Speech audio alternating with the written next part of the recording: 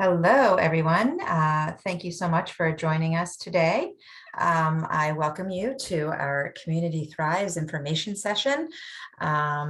During the session, we hope to cover all the bases, the facts, and the general parameters of the program. And we would be happy to take your questions in the chat, and then we can address them at the end. We are recording the session so that we are able to post it on the website for others to view and for you to go back to in case you need to refresh your memory. So next slide.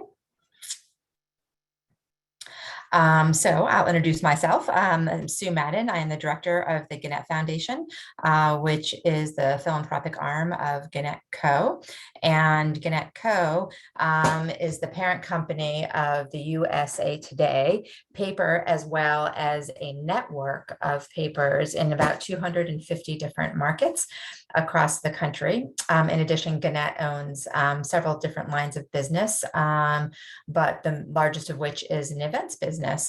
We produce a lot of endurance events and community-focused events across the country. Also on the call, we have Ellen Good, who is the Mighty Cause representative that works on the Community Thrives account. And she will be going over the fundraising, crowd rising specifics around the program, and also be leading or recording a webinar for the fundraising portion of the campaign, including all types of tips on how to set up your fundraising page and best practices and the process, etc. Next slide. So here's the agenda. We're going to talk through the basics of the program. I'll talk about how you get started. We'll talk about the different types of grants and bonuses, cover some things you need to know, and then answer your questions. Okay, here we go. So the program Community Thrives, as I mentioned, is hosted by the Gannett Foundation and the USA Today Network. The goal for the program is to gather up ideas from across the country that are focused on community building and enabling our communities to thrive. Now, one of the biggest questions we get is, do you have to be working and providing services in a market, a Gannett market, and to be eligible to participate in the program? And the answer to that question is no. Our organizations that are servicing nationally or locally, no matter where you are servicing, are eligible to apply to the program and are eligible for two types of the grants. But however, there is one type that they are not eligible for, and we'll get into that in a little bit. It is both a fundraising and a grant making initiative, which makes the program a little bit different and sometimes a little bit complicated to get your mind around, but we're here to answer all those questions. In the past 6 years, well, this is the sixth, so in the past 5 years, we have contributed more than $17 million to nonprofits across the country, and that number includes grants and fundraising dollars. So one of the questions that we get often is, what do we consider community building? And we define it as projects that are directed toward the creation or enhancement of community among individuals within a regional area or within or with a common need. So they may not be co-located, but they are being supported in the same way through the initiatives of the nonprofit organization. The fundraising portion of the campaign. So there's the application process. You'll apply, you'll provide us with your basic information as well as a little bit more in-depth information around your idea or your project that you would like to have considered for the National Project Grant. And that's the first part of the initiative. And that is June 1st through June 30th. And then we give you a couple of weeks to get your fundraising page together. And then the fundraising phase of the program happens July 18th through August 12th. And there are specific grants that are eligible to those organizations who are participating in the fundraising portion of the campaign. And participation in the fundraising portion of the campaign is required to be considered for the grant making portion of the campaign. Our platform partner is Mighty Cause that I mentioned earlier. And we've worked with them now. I think this is our 5th year with Mighty Cause, maybe our 4th year, 5th year. I want to say 5th. And it's been a great partnership. So there are $2 million in grants available outside of the fundraising, or actually $2.1 million in grants available outside the fundraising grants. And then there's $200,000 within the challenge itself that are available, and that those are earned during the challenge itself. So the organizations participating must meet a minimum fundraising to be eligible for the grants. And we break organizations into 2 groups. Organizations under $500,000 in operating budget need to raise at least $3,000, and organizations with a budget greater than $500,000 need to raise a minimum of $6,000.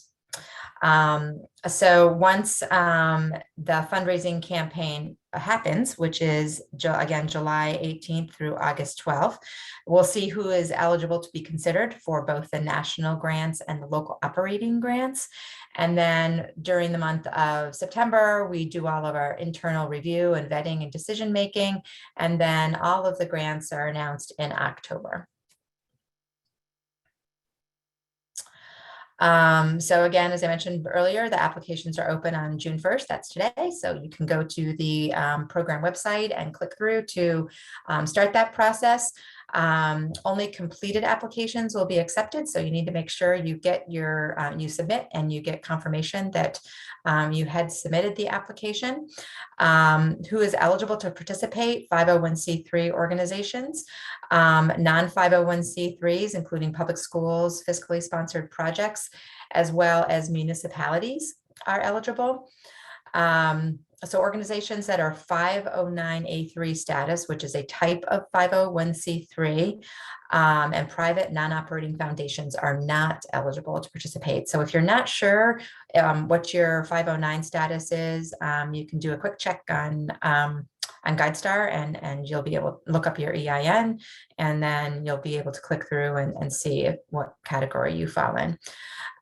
When you go to the application, gather up all your information. You need to be prepared to enter information about the project idea, its sustainability, the budget, as well as some basic information, demographic information about your constituents, which you should probably have readily available. And so Ellen, I think, is going to pop in here and talk about Mighty Cause. Hi all, I'm Ellen. So for a little background, since many of you may be new to Mighty Cause is a fully functioning nonprofit fundraising suite that organizations can use 365 days a year to raise money for their causes. We have been around since about 2006 and power many local, regional, and national giving events. And we're super excited to work again with the Community Thrives. So I'm going to go into some fundraising challenge basics. So since some of you may be new, I want to go over kind of what a challenge is and what your nonprofit will need to do to participate. And then we'll go into some specifics about A Community Thrives. So a fundraising challenge is a unique campaign presented by a host, and in our case, the Gannett Foundation, that allows organizations to compete with nonprofits or against their own goal to be eligible for grants and bonuses. Fundraising challenges are an exciting way for you to engage your sponsors, community partners, peer-to-peer fundraisers, and more to spread your word about your organization and your mission. The limited time frame kind of creates a sense of urgency that donors tend to respond to, and the grants available give you a fresh messaging opportunity for your campaign. So what does your nonprofit need to do? So in order to participate in A Community Thrives, you want to apply by completing the application form. Since grants are available at the end of the challenge, it is a pretty extensive application. So if you cannot complete it also in one sitting, you can save it and go back to it. So if you missed any information, you can always go back and add in.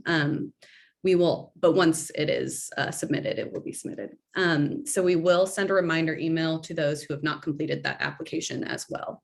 Once you've applied, you can customize your profile on Mighty Cause and start planning for your campaign.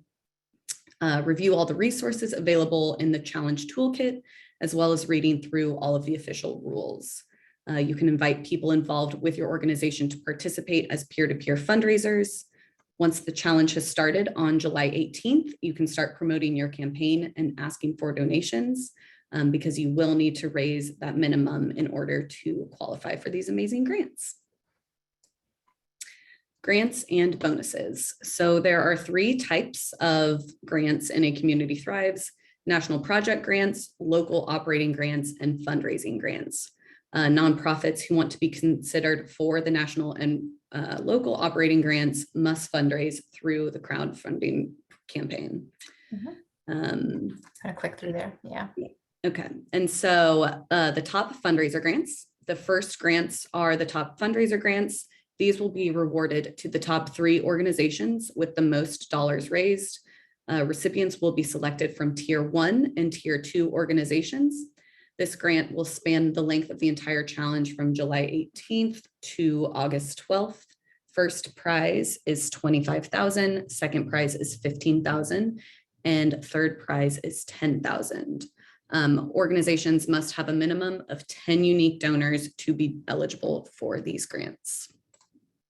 And just so it's clear, there are top fundraiser grants awarded to each of the Tier 1 and Tier 2 organizations. So there's top 3 Tier 1, top 3 Tier 2, so a total of 6 of those grants. Yes. And then we will have 4 weekly bonus challenges. So the first bonus challenge, this will be rewarded to 4 charities, 2 from Tier 1 and 2 from Tier 2, with the most unique donors on their official fundraising page, and will receive $5,000. And this bonus starts on Monday, July 18th and ends on Monday, July 25th at 11:59 a.m. Eastern Time. Then our next bonus challenge will be 8. This is a $3,000 bonus, 4 in each tier. This bonus will start on Monday, July 25th and end on August 2nd. And this is for most dollars raised on your official fundraising campaign. Bonus 3, this bonus will be rewarded to 6 charities, 3 from Tier 1 and 3 from Tier 2. This is once again most unique donors on their official fundraising page, and each will receive $4,000. This bonus will start on Monday, August 2nd at 12 p.m. and end on August 9th at 11:59 a.m. Bonus challenge 4, this will be rewarded to 8 charities, 4 in each tier. This will be a $4,000 bonus. And this is once again also for most dollars raised. This bonus will be on Monday, August 8th at 12 p.m. Eastern Standard Time and end on August 12th at 11:59 Eastern Standard Time. So most of these bonuses will have live leaderboards, so you can see where you stand at any time during the week. The key to winning them is kind of getting your donors invested. So you climb those leaderboards, keep tab on your position and leaderboards, and keep your donors and supported and updated as long throughout the week. Challenge rules. So make sure you go onto the site and read through the challenge rules, but there are a few that we kind of want to emphasize that are always big each year. So grant recipients will be selected from both Tier 1 and Tier 2 organizations to qualify for the grants at the end of the challenge. Tier 1 organizations must raise a minimum of $3,000, and Tier 2 organizations, which are nonprofits with a budget over $500,000, must raise at least $6,000 during the challenge. I also want to emphasize what a unique donor is. A unique donor is defined as a donor that has entered an email address distinct from any other donor who makes a donation to the same nonprofit. An individual who makes more than one donation to a nonprofit campaign will only count as one unique donor. Donors may check a box to make their information anonymous from the public, but that will not affect their sole source donation determination. Any attempt to abuse or mask email addresses in order to increase donor count will result in disqualification from the challenge. Also, proxy donations are not allowed, so donations will not count if made with your nonprofit's credit card.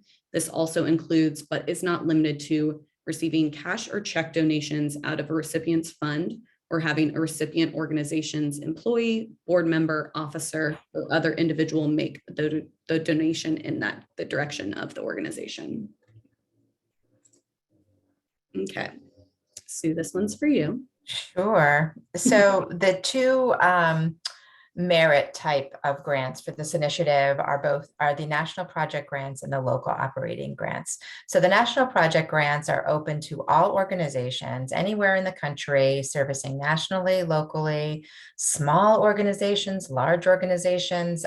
We have really funded all types via these grants, and very small organizations have received the top $100,000 grant, as well as a large organization receiving it. So there really is no, I guess, leg up for organizations that are bigger, if that helps you to understand like the opportunity here.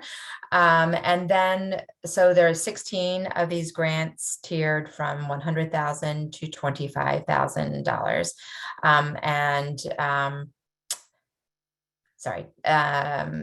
And then in addition to receiving the grant, there's an opportunity for a good amount of local and national exposure. The local operating grants are a minimum of $2,500, and we had some last year that were up to $25,000. They are selected from applicants who have operations in Gannett newspaper markets, have met the fundraising minimum, and are selected by regional committees headed up by our regional editors. The national project grants are vetted and selected by the foundation board at the corporate level. Again, all the rules are available and posted on the challenge website for your review.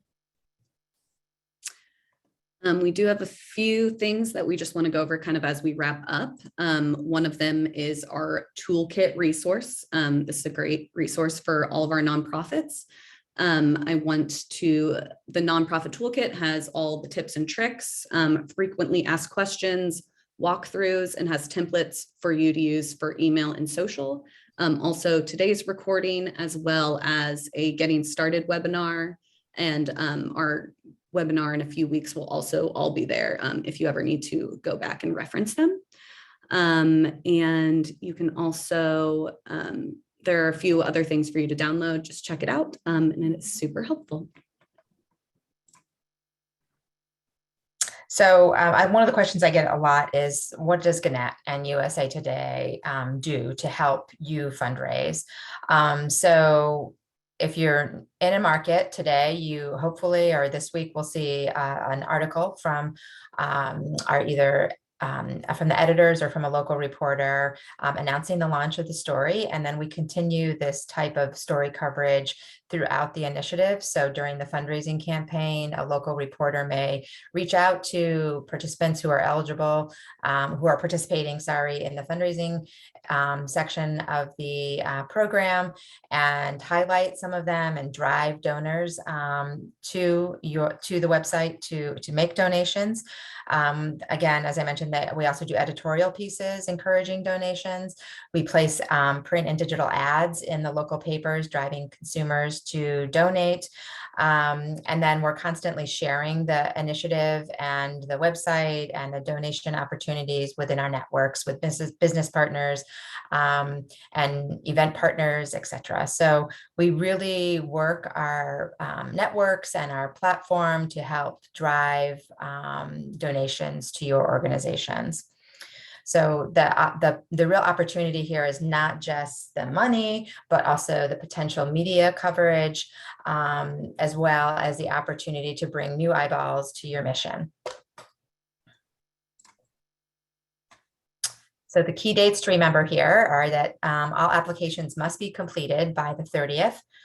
and that you should put in your fundraising campaign map for the year, that the campaign will run from July 18th until the 12th, and that those are the clock times, the 12 p.m.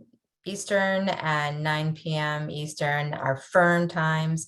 Donations cannot come in before that time or after that time, will not be counted towards the totals in the campaign. The grant announcements will be in early October. We will notify grantees a week before we launch, if not a little bit earlier, announce the winners, so that we are all prepared for you all to receive calls from reporters and so that you have all the information you need to respond to them in a timely way and in a knowledgeable way. And so I also want to plug our next webinar. This third webinar will also be live, and it's all about strategy you can use during the challenge to win. You can sign up and put it on your calendar, or go to acommunitythrives.org or visit the challenge toolkit, and there's also a register button there. And lastly, before some Q&A questions, we have full support on Mighty Cause. They're a great resource before and during the challenge for anything campaign related. You can get help setting up your EFT, or if you have any issues setting up your pages, please reach out to them. They can also resend donor receipts at any time. They are available Monday through Friday, 9 a.m. to 5 p.m. So please reach out to them, write down their info. And okay, so we have a few questions. I definitely want to answer this one. So please elaborate on your comments about having board members. So obviously you will want the support of your board members. That was more directed towards proxy donations. So if you got a large check in the mail and then had your donor or your board member donate that, but please encourage your your board members to donate. Especially, or start a peer-to-peer fundraiser. We'll talk more in depth about that during our next webinar. I just want to touch on the point here that all donations for the program have to come through to be considered for the fundraising challenge grants have to come in via the website. Yes. And you want to make sure that it's a Community Thrives page for your organization, because if you already have a Mighty Cause page outside of a Community Thrives, and you inadvertently send donors to that page, or your donors end up there, unfortunately, those donations can't count towards the totals for the fundraising grants. They have to come through the Community Thrives page. Yes. Another question for you, Sue. If we received a local operating grant last year, are we eligible to reapply for a local or national grant this year? Yes. Okay, we answered that question. And yes, can a current grantee apply for a second year in a row? Yep. Will the nonprofit receive 100% of funds raised, or is there a percentage your organization receives? The foundation receives nothing from this initiative, but Mighty Cause does take fees. And do you want to go through that real quick, or do you want to refer them back to the rules? I will refer them to the rules for now, but I will make sure I include that in the next webinar as well.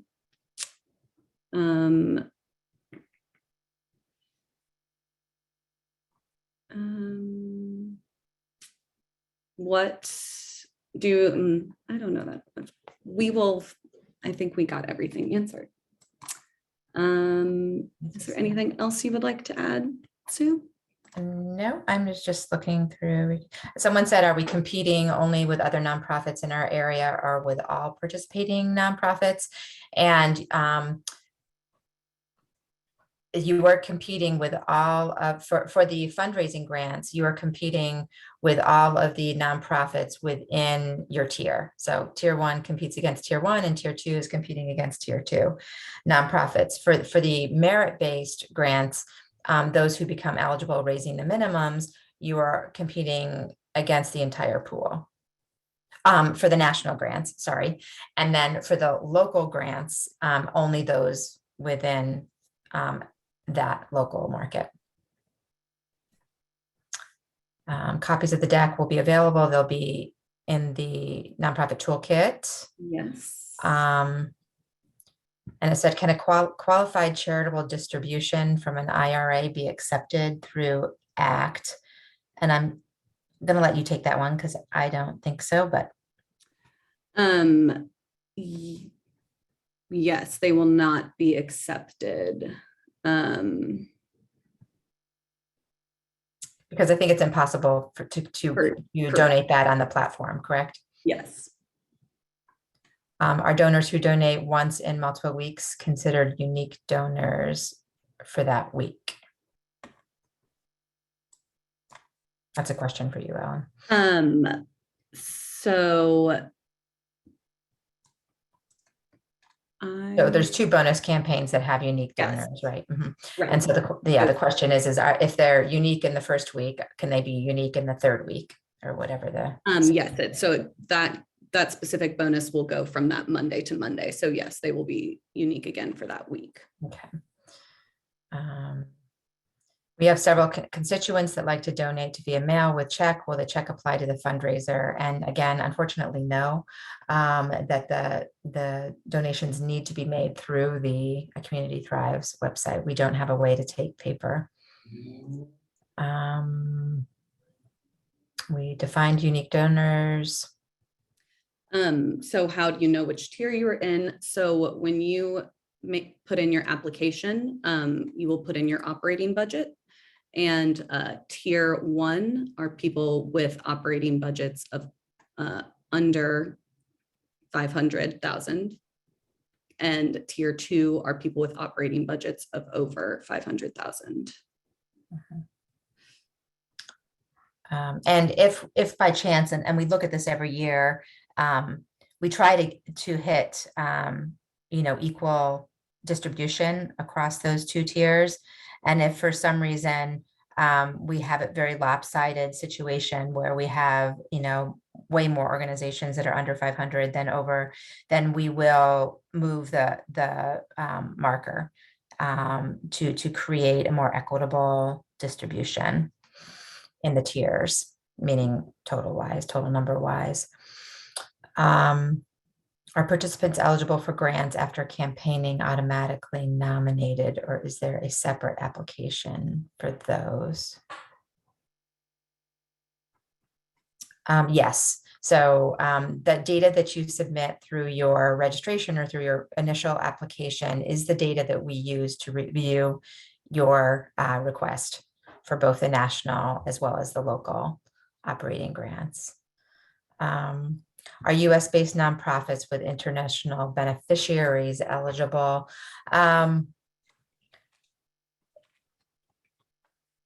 Generally,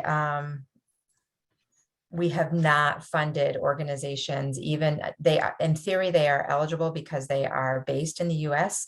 However, we are most interested in servicing individuals within the United States. So I guess the net of that answer is no. Let's see. I just put the link for the registration in the chat since people are asking for it. So I just put that in the chat if you guys want to click on that and you can get it that way. But also I'll email it out to everyone after this webinar as well. Right. And we have a sort of a repeat question, but I'll answer it anyway. How do you apply for a local operating grant? With the one registration and application, you are applying for the entire initiative, including the merit-based grants that are national and then the local ones. And the second part of that question is, do we have to meet a minimum fundraising amount? And yes, everyone who wants to be considered for national or local operating grants need to raise the minimum.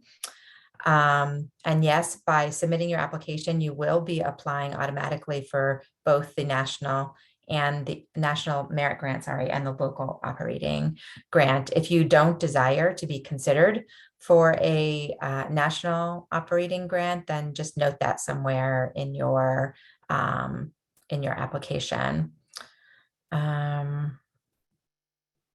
Someone's asking if there are any prohibitions or parameters around us funding organizations that are working in faith-based space. And the answer to that is no, but we do want, there needs to be no proselytization in the work, and that it needs to be social, to have social impact. How many nonprofits are in each tier? Like I mentioned, it's usually split. So in the past, I'm trying to think what that number has been. I can't speak to that really carefully or closely, but I want to say out of the organizations that ended up being eligible, there was pretty much an even split between smaller and larger organizations. Are there project guidelines? So no, there are not project guidelines. They do need to speak to community building, obviously. We look at the sustainability of the project past the funding of the grant. And we look at, the not just the financial sustainability, but the project sustainability as well. We tend to favor projects that service underserved groups and individuals in our communities across the country. And I'm trying to think. Those are generally the things that we tend to focus on, and obviously the project itself, how it is contributing to the essence of community building. We answered that question. That one. What if we get funding for Medicare? Do we still qualify? Yes. What organizations were successful last year in this campaign? I'm not sure whether you are speaking to the fundraising aspect of it, or to the merit grant piece of it. If you're looking to see which organizations for both the fundraising as well as the merit-based grants, you can go to the foundation website, www.gannettfoundation.org, and you can see all the past grantees. And that will give you an idea of both at the national level as well as the local level, as well as the fundraising organizations. Ellen, do you want to speak to which organizations have been successful in the past? I think that their differentiation here is they're asking, are membership organizations more successful? Are there common characteristics across the organizations? This is something we will, go into more in the next webinar too. So Okay. I can save that for the next one. And once again, that'll be recorded and put on the toolkit on June 28th. Great. Okay, I think that's the bottom of the chat. If anyone has any further questions that you can't find the answers to, feel free to email myself regarding programmatic questions and around maybe project ideas or program logistics. If you have a question around specific to fundraising and what counts and what doesn't count, Mighty Cause is your point of contact there. Yes, and I'll throw up our support once again for you guys to write down. Always available, so just email or call us if you have any questions. But yeah, happy fundraising, everyone. Thank you very much. Thank you. Thanks, Ellen. Thanks, everybody. Have a great day. Bye. Bye-bye.